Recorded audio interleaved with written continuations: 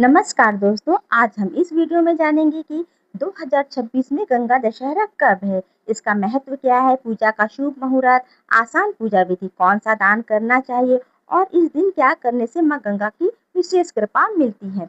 गंगा दशहरा दशमी तिथि को मनाया जाता है।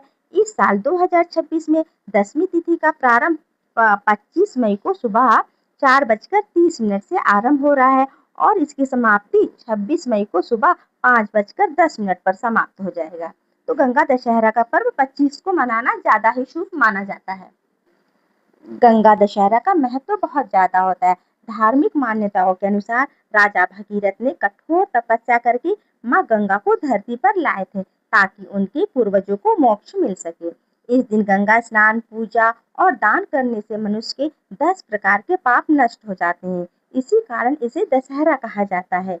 गंगा दशहरा का शुभ मुहूर्त है। ब्रह्म मुहूर्त में सूर्योदय के समय स्नान और पूजा करना सबसे शुभ माना जाता है। अगर संभव हो तो इस दिन गंगा नदी या किसी पवित्र जलाशय में स्नान करना चाहिए। गंगा दशहरा की आसान पूजा विधि इस प्रकार है। इस दिन सुबह जल्दी उठना चाहिए। अगर संभव हो तो गंगा जी जाना चाहिए स्नान के लिए।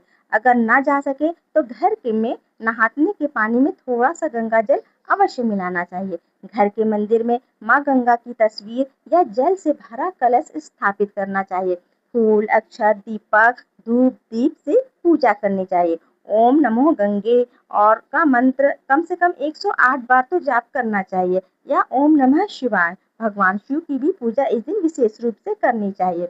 माँ गंगा से सुख, शांति और पापों से मुक्ति की प्रार्थना करनी चाहिए। इस दिन आटे के 10 दीपक जलाना चाहिए।